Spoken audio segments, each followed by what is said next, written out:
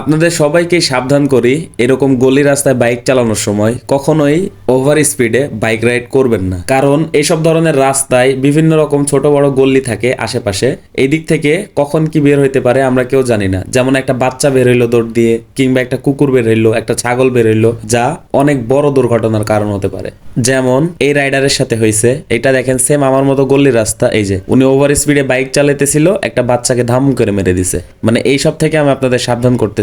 আরো একটা ভিডিও দেখাই আপনাদের। এটা গল্লি রাস্তা বলা চলে বা নির্জন রাস্তা বলা চলে। উনি ওভার স্পিডে বাইক চালাইছে, সামনে থেকে একটা কুকুর গেছে আর ধাম, দুর্ঘটনার কারণ। আসলে গাইস, আপনি অ্যাক্সিডেন্ট করার পরে কেউ আপনাকে দেখবে না যে দোষটা আসলে কার ছিল। আপনি লাগাইছেন, তার মানে দোষটা আপনারই। কেউ দেখবে না যে বাচ্চা দৌড়ায় আসছে কি কুকুর হট করে সামনে আসছে, এটা কেউ দেখবে না ভাই। এই জন্য নিজের সাবধানতা সবসময় নিজের কাছে রাখবেন। ধন্যবাদ সবাইকে এতক্ষণ ভিডিওটা দেখার জন্য।